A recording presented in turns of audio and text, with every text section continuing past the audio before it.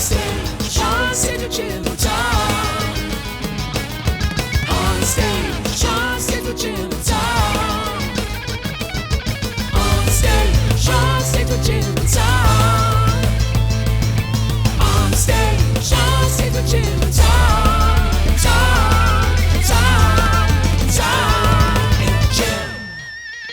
Tonight we welcome Hizi to the stage of the Phoenix Theater. Founded in 2015, this band not only has become a respected part of the Sonoma County music scene, but has also been a vehicle for its members to find community and purpose. Hizi may soon go on an indefinite hiatus as its members grow and go into the world. But tonight we celebrate the contributions this band has made musically and its impact on the lives of its members. Please welcome to the program, Hizi. Welcome. Hello. Hello. Hey. Thank you very much. So, I understand that, life didn't start when this band founded.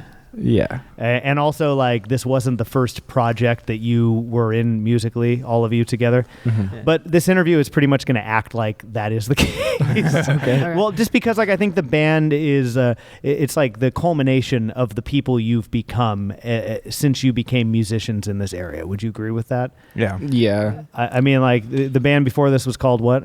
Capri Suns? Yeah. Capri Suns. Which is clever and fun. It's a drink. Yeah. It's what we drank We just during changed. practice. Yeah. We did. He brought a case of Capri I Suns. had cases. My parents, I was still living with my parents. They bought Capri Suns still for me when I was in my 20s. What was your favorite flavor? Definitely strawberry kiwi, but just strawberry if we had it. But strawberry kiwi was my go-to. Yeah. Yeah. Is that across the board here? They taste the same to me. I don't know. All right, here we go. Here's my first emotionally probing question for y'all. What do you feel like the pre-Hizi, pre-music versions of yourself were like? Pre-Hizi us. That's what we're talking about right now. Yeah. Unless it's too traumatic for you. No, it's not. I mean, there was plenty of trauma during Hizi too. So before, actually, there was probably a lot less. I was growing a lot and naive in a lot of ways. And I think this band, we were talking about it outside. This band helped me and us in general, but I can speak mostly for myself. We'll hear what these guys say, that I learned a lot about how to communicate through this. Yeah. But pre-Hizi, I don't know. I went through a lot of stuff during Hizi, so before that, I just kind of see that me as kind of, I don't know, a little baby. It's kind of inexperienced. Yeah, hasn't gone through a lot of shit. which is a huge observation, and why I think Hizi is more than just a band, and that's why we're discussing it as more than just a band here. Mm-hmm. Because, like you say, you face some major pressures, traumas, etc. while in this band, and this band was.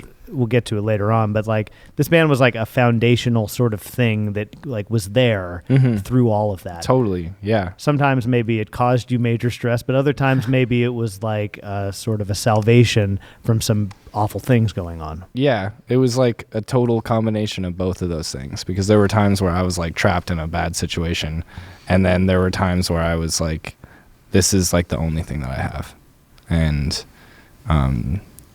yeah. So naive baby, that's your answer. Yeah.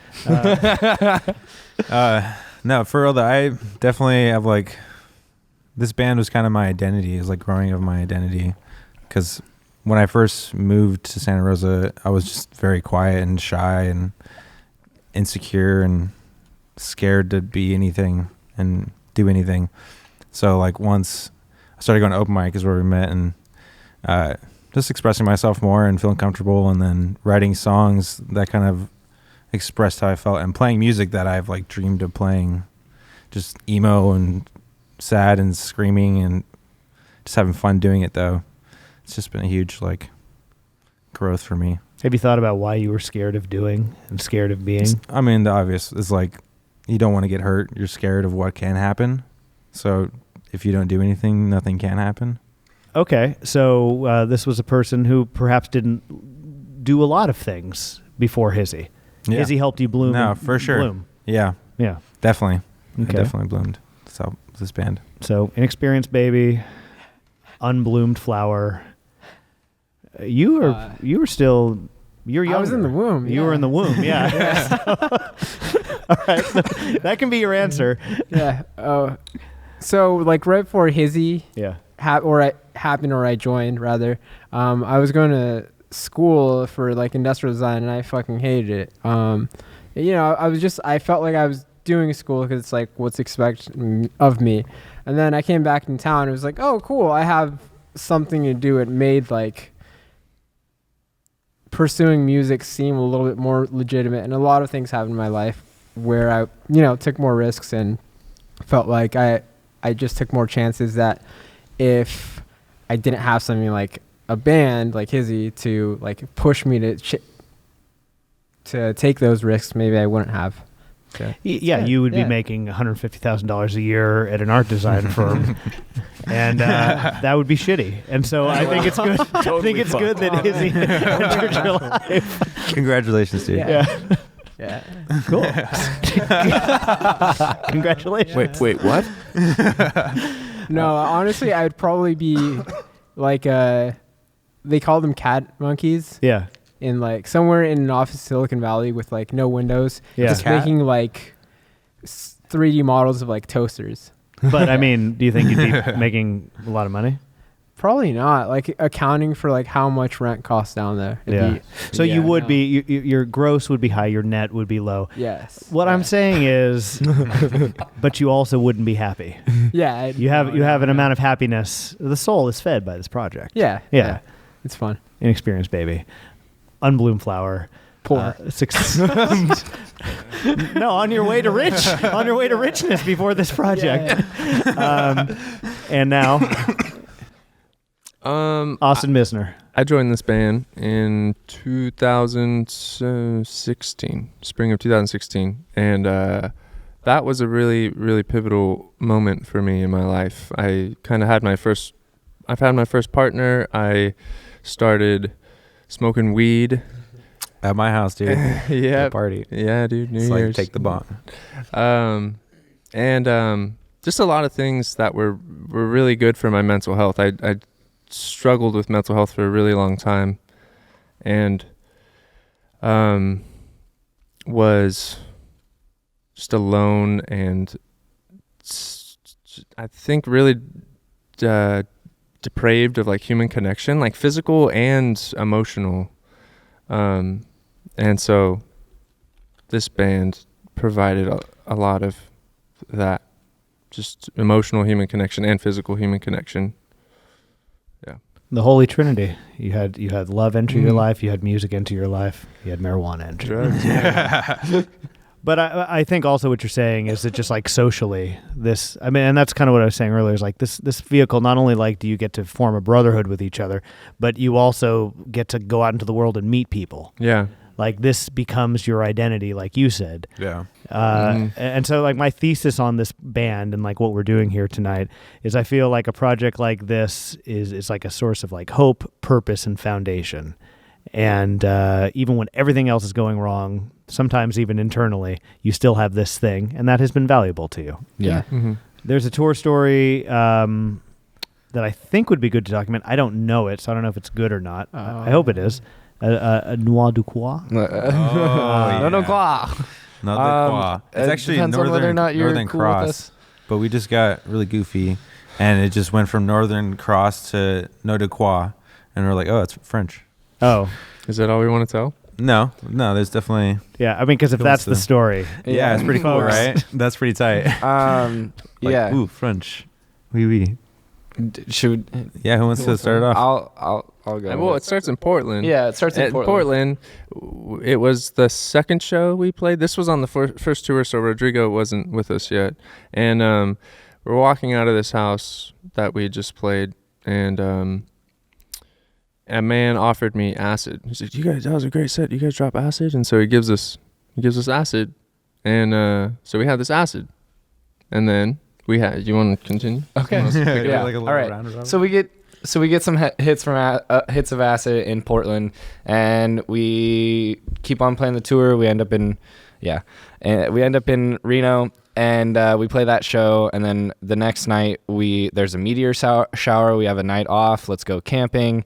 We did a couple of other camping things, but we're gonna go out, and we drove Reno around there. We have Tahoe. So in the Tahoe area, we find this one spot. We're driving around. All the campsites are full because it's meteor shower. Everybody wants to be out there camping. And we're debating whether or not we're going to like take it because he's never done it. And I was just like, I'll be along for the ride. And we go out there and we check a whole bunch of different campsites, and all the campsites are full, like I said, and we're about to quit. We're about to just say, like, screw it, let's sleep wherever in the van. And we see this one more campsite. We're like, okay, let's just check it at one more spot. And I look over to that campsite, and at the tip, it's like this peninsula that goes out into the middle of the lake. And at the very tip of the peninsula, there's this one bench, like a picnic bench, and I'm like, that would be really cool if we got that spot. So we go over and we check with the guy, and the guy that's like there, he comes out, and he's probably like smelling like weed, and he's just like, yo dudes, like I'm just filling in for the night, like I don't really know too much about this, but like you guys can just take one of the reserve spots, just be out like super early in the morning, like I'm gonna go crawdad fishing, so like just take one of those spots, and everything's chill. we gotta like get the story kind of real. Yeah. Here. Yeah. Okay. So we get really high, and we start talking in Okay, I had a speech impediment growing up. I couldn't say my R's. And we loved it. It like was a Boston cute. person. So we were just And so we were talking about it and stargazing, and we look up and we're like, the Noix Du Coix. The Northern Cross. Yeah. So it's just meaning. you're just saying funny words. Yeah. You're sounding Yeah. kind of French. Uh-huh. And this is probably in the moment one of the funniest things. I bring that story up, number one, because you told to me, and number two, because that is a song on the Frenemies album. yeah. I Which was you- hoping you turned that into a song. Which Yeah, you wrote a lot of the lyrics for that Which album. actually the lyrics don't relate to the name. Yeah, that's fine. I'll probably edit the story down a bit. Yeah, and that's hopefully, probably a good yeah. But just for clarity, though, you or just so we understand moving into this next segment, James, you wrote the lyrics for Frenemies, second most recent, and Matt, you wrote "We Will Grow," the lyrics for that, the most recent one that came out this summer. Yeah. Which I think is important to document, because I think we should go into both of those a bit. Because, like you say, I mean, these are albums that are kind of documenting the emotional stuff that is going on in your life during that time. Totally. But before we do that, you talk about acid. Mm-hmm. How much did acid rewire you, just in general, and make you like look at the world differently? Well, if we're gonna go into that, there was this one time that I took acid that like really significantly, like every other time was like, that was just a cool experience. But there was one time where I, like growing up, it was always a thing, or like I was always kind of like a sidekick character. I always felt like I had a very confident best friends that were like the life of the party, and I was tagging along, and I was their third wheel constantly because they always had a girlfriend.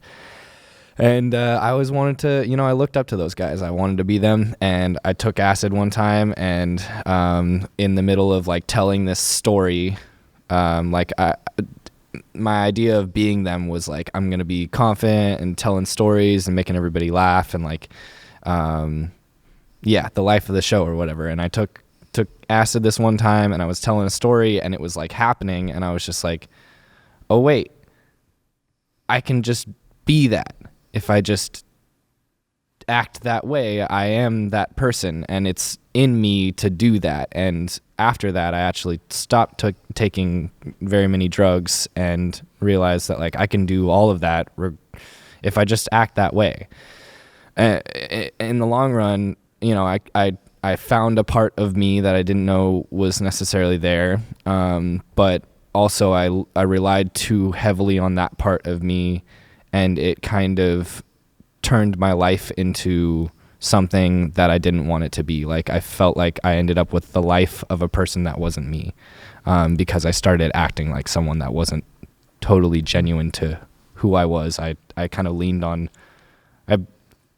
became too much of a different person, and like that part is still a part of me, and it was always, I just kind of used it too much, basically. How long ago was that? That was when I was like 19 or 20, I think. See, I like that story because so often people will say like, I did acid and then like I just figured it out. But no, you did it, and you were like, oh, I figured it out. Yeah. But actually you didn't figure it out. Yeah, no, I figured out something. And you're still like, it seems like you're still trying to like unlearn that thing you learned a little bit. I mean, I'm not necessarily, I'm glad that like that part like kind of awoke in me, because it made me kind of take charge of my life in a lot of ways. But also I lost touch with my like more sensitive side, like the fact that like I actually enjoy being like the sidekick. Like I'm good in like a, you know, that role, and I'm fine with that. And I actually like being, you know, a support role basically. And but also there's times in my life where if I'm not the one that's just going to make shit happen, nothing's going to happen. Yeah. And so being able to like kind of do both things is really important to me now. But I need to always remind myself not to get caught up in being a way that doesn't, it's like, I always feel like it's like there's the dominant personality and this kind of like sub personality. Like the dominant one to me was always the sidekick kind of thing, and then I realized that there was another part of me. So yeah, basically balance is key. Has ego fucked with this band? Like who gets to like sing this main part? Yeah. Who is the front person? I all mean, that? for singing, it was like if you wrote it, you're singing it. Yeah. We just drew that line. Let's talk about Frenemies. Speaking of which, let's talk about Frenemies. Yeah. Second most recent album, Magikarp is a song on this album. It's a Pokemon. It's a Pokemon. Yeah. So there's a lyric in that where it's like, how does it start exactly? It's we can grow and evolve from from Magikarp to a Gyarados. Yeah. Something ignorant and insignificant can be something awe-inspiring and magnificent. Yeah. Well, it's just like kind of my evolution too. Like you said, like blooming was just that concept. Was just like, I don't have to be this stupid scared person who I think I am. I can just embrace it, and yeah. Didn't and you I have like a shirt Pokemon a lot. that had like Gyarados on it. Yeah, yeah. it's OG. Yeah. It's like I got it when I was like 10 or something like that. Because Magic still wore it. Magikarp is largely thought of as like not a very good Pokemon. Yeah, Yeah. for sure. He can't do anything. It's really clever. Yeah, and then Gyarados is a powerful Pokemon. Yeah, exactly. Yeah, do you think you're there yet, or do you think you're still on the way? I'm still a Magikarp for sure. I don't know. Do you think so? You think you're still a Magikarp? I don't know, man. I feel like a Magikarp that learned some good moves. And then you mentioned that the Noix Du Coix song is actually not it's a reference to that experience, but the song is about something entirely different. Well, yeah, it was just like I was getting really caught up of just like trying to come up with these like dramatic ideas and things, but that song was like, it's just the beginning line was take your time, don't give it to someone else, keep it for yourself, don't let them take your peace of mind. Give yourself a new disposition. Try to find your own way home, because the universe, what is it? The universe finds us too, or something like that. But and then Check the the next, tape. yeah, go to the song. Yeah, but then the next line is your fleeting conversations are only keeping you busy. Just sing the damn song, dude. Your fleeting conversations are only Oh, keeping you busy. Never listening to a thing you say. Never letting your heart speak. Was just getting caught up in like trying to talk and be cool, but never actually listening to things I'm saying. Was this like through the lens of like when you were songwriting, you were trying to come up with these things, or this was just Yeah. your, like, okay. I mean, yeah, and starting Hizi and trying to write songs with like emotional value to me. And it was just like, I wrote this as like nothing. It was just kind of like a venting thing. And then I was like, I actually really like this. And then I put it to music and I was like, this is it. This is the next song. And you were venting it yourself. Yeah. Yeah. Yeah, for sure. Yeah.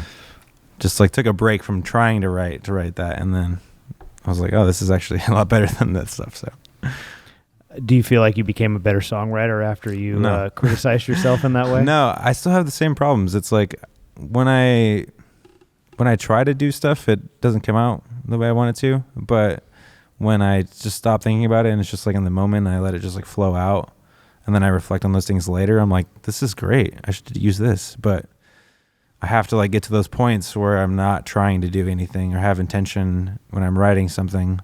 Well, let's talk about We Will Grow, because this is the summer of We Will Grow. Maybe the last official act this band does for a bit, aside from this interview and maybe a few shows or whatever, but very significant. And I feel like it's a really good note for this band to end on, because again, it's like we will grow. It's like you have grown all so much in this project that this album. Do you feel like that is why you called it that? I mean, is there any connection to this whole like idea that we've been pursuing during this thing with that title, We Will Grow? I think it's kind of just like convenient because it was a lyric in the song "We Will Grow." Yeah. Well, let's talk about that song. Just jump to the last song. Okay. That song I wrote. It was inspired by someone that I was seeing for a short amount of time, and they were very sad about the like letting go of old friendships. And I wrote this song inspired by, you know, the beauty of someone like sobbing. I feel like when you cry and you let out all of that like pain, you're moving forward, you're making progress, and I don't know, processing pain. Everybody's got their own opinions about it, but I think that basically in the song I go into the metaphor of those tears are the rain that will grow you into what you are meant to be, who you will be in the future. So the line and the lyric "We Will Grow" comes from at the end of the song. Towards the end of the song, we go into some harmonies where we sing, "I have grown as the rain falls from our faces. We will grow, and thunder and lightning will boom and shake all around." And yeah, just the chaos and turmoil of life. It's intense, but there's rainy days and there's sunny days, and the seasons happen, and we grow into who we are. And the thing you said about the tears shaping, or at least being representative of the person you're going to become, I feel like that is your story. Definitely, it's a part of my story. What I mean is, like, you channel that wisdom in the song. Yeah. And I have to think that's like a biographical thing, because I mean, you talk about how there's been stuff that has been tough while you've been in this band, probably some things that made you cry. Yeah. And yet here you are. Yeah, totally. I mean, I think one of the reasons why I loved that song, and it was one of my best, personally, I think it's like one of my best written songs, was because it was inspired by someone else. And I was kind of writing it for them in a way. And I like external inspiration. I think the songs inspired by like my own feelings and me are a little self-indulgent. So it's definitely, autobiographical in a way. But I think one of the reasons why I like it so much is I feel like it can apply to a lot of people that, feel pain and shed tears and grow from it. Yeah. I mean, my point was not that your pain is why the song got written. Mine was that you just were able to like take some insight that you gained from your own in writing the song for this other person. Totally. Yeah. No, definitely. I think that, the song was a message about, and it was like me trying to pass on like a message of like, you will grow from this. And also a reminder to myself, because I empathized and sympathized with her about her feelings about losing friend groups that like made your life so full and amazing. It's like really cool that that's like the last song on the last EP that we put out, because it's all about like having friends and getting together and doing things, making things and creating memories and being sad when it's over. Do you all feel like you're kind of at that juncture a bit? Because I feel like maybe less so you because you're a little younger, but Rodrigo. But I feel like I think he's like pretty much my age. Yeah, I just looked He's a year younger than Really? me. Yeah. yeah, I just saw you were younger. Yeah. Well, maybe I'll even keep that in just so I can look bad. The one time I've ever looked bad on the show. Yeah. But doesn't it kind of feel like you're at that juncture in some ways, living in this place that you live now, being in the scene that you're in? Doesn't it feel like there is like a transition point happening? Yeah. Yeah. I think like, the offices fires that happen and just like priced a lot of people who used to make music here out of the area. That and a lot of old bands that used to play here just simply broke up for one reason or another. So it seems like, whereas before, this is my limited perspective, but there used to be a lot of like punk music, and, like bluegrass groups, think like Americana type musics. That's still here, but it's there's not as much of it. And then there's a lot of other like fragmented scenes, so to speak, or types of people all over make music, in their bedrooms, including me, but there's not necessarily like a big unified scene for it.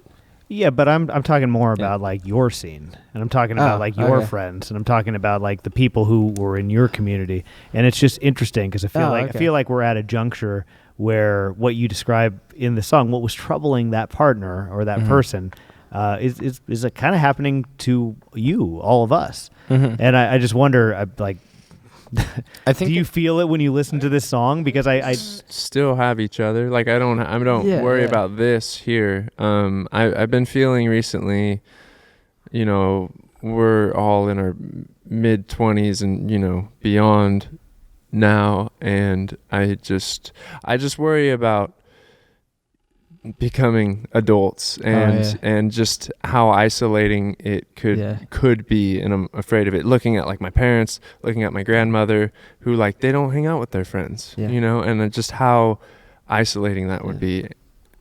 I'm afraid of that happening. Yeah. How isolating a lot of adults seem to do it. Yeah, they just go, they just work. They don't hang out with their friends. They just go and they work and just to get, because they had to get through the family thing too for a while. Yeah, that really pulls you into a different kind of unit, and totally. It does pull you away from friends, and you meet new friends. The school thing is really interesting. I've watched a lot of people grow up, and a lot of my friends grew up, and relationships are built in different areas and in different ways at that point. But relationships will be built on all of your parts. Yeah. If you do the work. Yeah. I would say that welcoming new people into your world doesn't happen like it does when you were in grade school. Yeah. Oh, no. You used to have to. There were times, I think, in all these guys' lives where they actually had to fight to get into a relationship in grade school. That's not an easy thing. No. Then you get into junior high, and it's just like a battlefield out there. Yeah, but what I'm saying is that I feel like what you're talking about is like a lot of adults, they go to their job and they go home. And they go to their job and they go home. And they go to their job and they go home.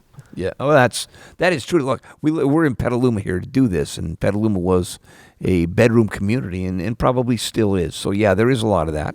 Yeah. You guys want to gird that. And when you're going home, a lot of times you're going home to your family, yeah, though. It's not just Petaluma. I mean, it's like that seems to be your fear is that seems to be what adult life is. Yeah. And I don't think you're wrong to have that fear. Yeah. Is that the way it worked for you? It absolutely not. But I would. but I feel like the family is an important part of that, because you're trying to provide so that you need to work. Yeah. And then you need to also like have time to yourself. Yeah. And make time for your kids. I just see it in my parents, where it's like me and my siblings, we're all pretty much, out of the house and everything. And so, and with my grandmother too, it's like they've been through the family thing and now they need friends. Here's the thing. I think you're right to have that concern. but you have a choice, and that doesn't have to be the way it turns out. Yeah. And that's the whole thing. Yeah. Is it's like that may be your life, but that's going to be your set of choices that you make that's going to make that your life. Yeah. So it's good to be afraid of it, because if you're not afraid of it, that may be what you fall into, like so many other people do. For sure, time will just go by and you'll find yourself like, oh wow, it's been a long time since I talked to that person. Or well, what you don't want is 20 years from now to like look back and be like, Hizi was the best time of my life. Yeah. Not that Hizi can't be a great time in your life, but you want to continue to have great times. Yeah. And I think that's the fear. Yeah. You know, you see like a lot of folks who like, it's more television and like movies and stuff, but like they glorify like their high school days, you know what I mean? Like, oh man, wasn't it, or my college days were great. It's like every chapter of your life can be great despite whatever bad things happen. Yeah. But it takes work. Yeah. So yeah, I think you're right to be afraid. Because that will make you chart a different path than those people who you see who are not doing that. Yeah, it just feels like a pivotal moment in our lives, I think. Yeah. I mean, Matt just graduated school. We're going to graduate school in next spring. And so it's just thinking about those big changes. Yeah. I've been in school every semester of my life up to this point. Same. Yeah. So it's going to be like the first time no school. Well, and this stuff all kind of goes together because you have this entire social group, the entire social scene is experiencing that. Rising housing costs, everybody graduating, people starting families. I mean, it just fragments. Yeah. And so what you have to do is not rely on the way that it used to be, but like chart the path forward and be like, all right, well, how am I going to find my next community? I'm going to keep the people I've got with me, but like, how am I going to keep a rich social aspect of my life? It takes work. I feel like Hizi and like the bands that I play in are like kind of like my way of like locking down a social experience that will happen every week with like people that I really love. I think where your perspective comes in really handy is like you have seen this process play out hundreds, if not thousands of times. A couple times, yeah. Yeah, well, I just mean it's like life doesn't have to be over when like the phase of this life, of life, change, shifts, ends, whatever. Oh no, there's just like it's really weird. First off, I wanted to ask Rodrigo, are you familiar with Steve Howe? The guitar player? Yeah. I mean, I've heard you share chops with him. Okay. And there was a moment listening to this song that I wanted to tell you about, Heart of the Sunrise. There was a moment on when I was driving on the Umpqua Highway in Oregon. And it was morning, and I was going up this hill, and the sun was coming up, and it was like a whole new life about to start for me, listening to the Heart of the Sunrise. And it was that point in my life when I realized, oh my God, there's going to be so many beginnings like this. There are going to be so many hills you're going to climb up, and then boom, there's going to be the Heart of the Sunrise right there. And in that sunrise, that new day, holy shit, what an adventure you're about to go on again. Yeah. And again and again. You should listen to Heart of the Sunrise. Because, like I say, you share chops with Steve Howe, and it's some of my favorite guitar work. So, anyway, these beginnings are going to be all over your life. Holy shit. And maybe the individuals you're going to spend the rest of your lives with, you haven't even met yet. Yeah. Whoa. Wait until that moment happens. And, and kids, families, new bands, new music. God, no, actually. And here I am at 64, and I'm still getting new starts and new beginnings. Yeah. It's just, you're only partway there. Yeah. I guess the sun never stops rising, huh? It really doesn't. Yeah. No, Just and come back. that's the deal. But you got to keep looking for the sunrise, and you got to keep like putting yourself in a position to see Remember those. that. Yeah. Yeah, it's beautiful. Because you could also just not leave the house. You could have the blue, the black light going. I know. Eating the cheese. Yeah. Okay, well, that's where the acid helps, I think. Yeah. No, I mean, I think you're 100% right, but I also think that it takes a bit of work. Yeah, totally. And in intention. Is there anything we haven't touched on about this project, about your lives, about what it's meant to you before we close out? I just want to say on record, thank you guys. I love you guys. I'm literally living my teenage dream, Yeah. and it's fucking great. Yeah. This EP, this band has been like one step closer to being able to die totally happy. Like if even without all the things that I would want out of my life, like having done this, still probably die completely happy. For sure. If it happened tomorrow, I'd be like, well, I did Hizi, so Just fuck it. put on the record and be like, goodbye, world. Yeah. Throw your welcome party in heaven. Yeah. Yeah, exactly. Throw your welcome party in heaven. I'll see you guys there. We're gonna Hizi it up. Yeah, and it also feels good to just produce things that are representative of the people that you are right now. Yeah. And I feel like this band has given you kind of an opportunity to do that. Yeah. Yeah. And also learn more about yourselves, also develop these relationships. I mean, Definitely. we've covered it all. Yeah. But yeah, I mean, I just think as a person who knows you all in varying degrees, it just feels like this project has just been so insanely important to the development of all four of you. And so that's what we intended to do here tonight, to say why exactly is that the case. And I feel like we did that. I hope you all feel like we hit all the notes. We did. Yeah. These guys are heading for a new sunrise. Yeah. Definitely. And that's a great place to be going. Yeah. You know, and what's true is the highway goes both ways, so you guys can also look back and drive backwards occasionally. And, Oh, I thought you were And gonna keep say like connected. we can hit rock bottom afterwards. No sunrise. now here's the deal. You have that option, but that's Well, not what he let's see. meant. Yeah. What I mean, the odds are you guys got at least 60 years a piece there. Yeah, you're gonna hit rock bottom a couple times. Damn straight. Sometimes rock bottom is the funnest place to be, but that's a different story. Yeah. It's good to hear, though. I mean, all I can say is that like bands like this and kind of like moments like you are all having with each other right now are why we do this show, right? Because it's like there will come a time where this band really is not on indefinite hiatus, but it's just not a band anymore. Yeah. And we will always have this. Yeah. No. And if you have children, and you know, if you meet that next set of people who you haven't even met yet, who are like the people that are define your adult life, you will have this to be like, this was Hizi. Hizi was important to me. These are my brothers, and I'd like to like share that with you. Yeah. And that's why we do this project. So I think it's really great that we got to have this project on and do that. Were you going to say same something? here. Well, I mean, these guys were there. I was out back when we were saying goodbye to Adriana. I was like, when we're all 60, like we're gonna be able to go back and watch this video and watch us play and watch us talk to each other and be idiots with each other, and none of y'all better be fucking dead, or else I'm gonna be so pissed and I'm gonna cry so hard watching this. But I'll still do it because I like to torture myself. Well, here's the thing. I mean, one of you might be dead by that time. Yeah. Yeah. And that's why it's valuable to do stuff like this. Yeah, exactly. Super valuable. Document it.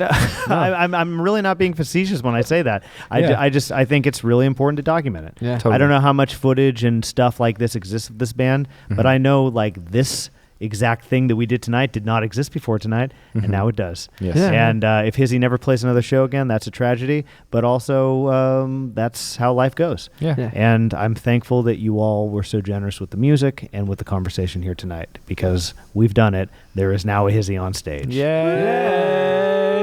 On stage of Jim and Tom. On stage of Jim and Tom. Up a step, on stage of Jim and Tom. On stage of Jim and Tom. Tom, and Jim. And now in just a moment, the music of Hizi. Thanks again, everyone. Thank you.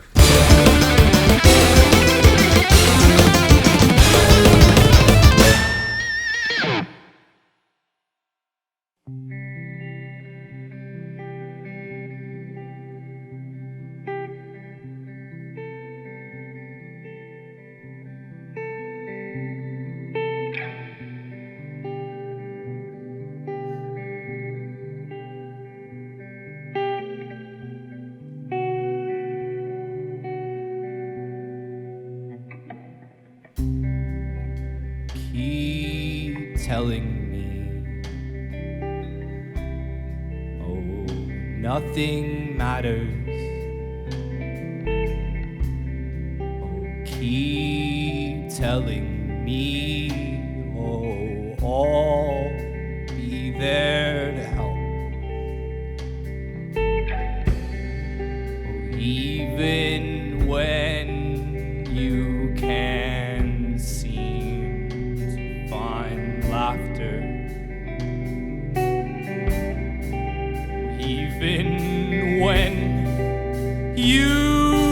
can't really help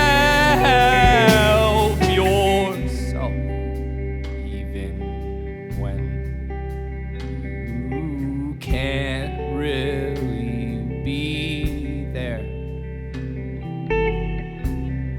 Oh, even when you're miles away and I'm alone and scared. Just tell me, oh, it's going to be okay.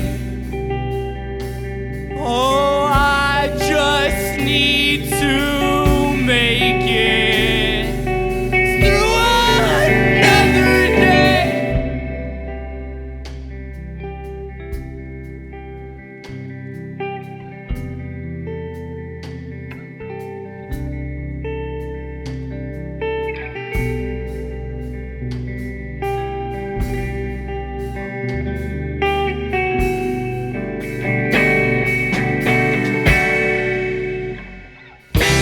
I'm running out of tears, living here.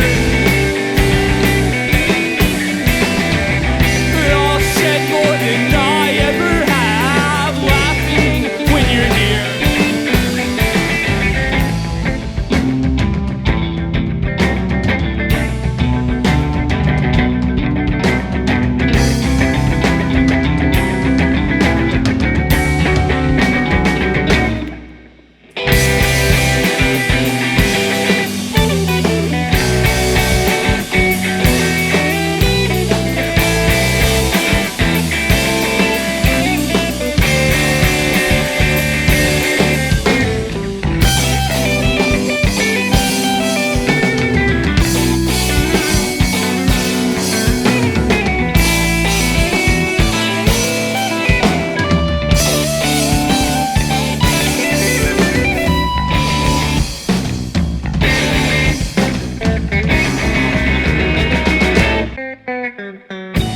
Oh, I love you. You know who you are. All of my friends who live in my heart. All of my friends whom I have to love from afar. All my friends, no matter where you are. Oh, I love you. Call me whenever you want to. And visit if you can. But if you can't, I understand life is tough. But even if you stay in one spot, you and I belong together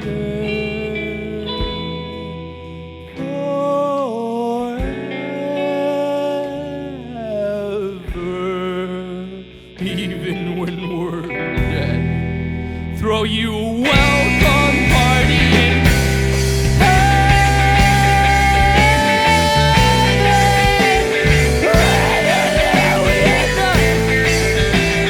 I just hope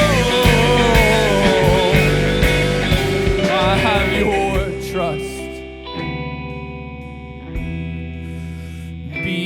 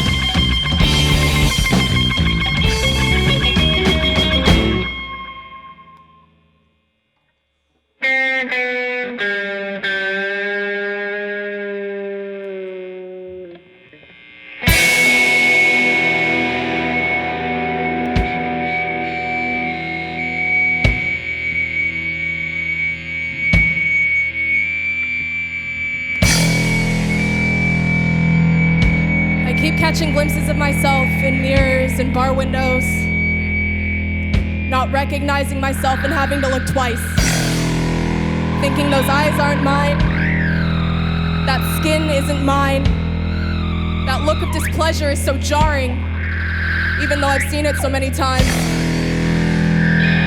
I realize it's because I've given so much of myself away.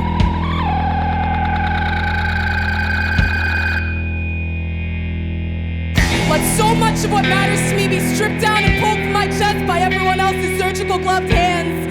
I have stayed open and bleeding on this operating table for what feels like a lifetime. And when you ask me why I haven't sewn myself shut, when you ask me why I am so hollow, so angry all the time, I wish I could reach my hands through your chest into your rib cage and squeeze until there is nothing left. I wish I could hurt the way I've been hurt. And I want to ruin everything and everyone that is beautiful. I catch myself in moments like these wondering if I was ever beautiful. If I was ever anything more than a swollen corpse washed up on somebody else's shore. If I was ever anything more than the horrible end to someone else's bad day. And I don't know anymore. I don't know. Days like these, all that I can write about is how much all of this hurts. And how easy it is to be half wanted by people. How it's easier still to just be a body instead of a soul. I have tried so hard to fill so much space, but I am constantly coming up short. And I have spread myself so thin, I am transparent in every way I never wanted to be.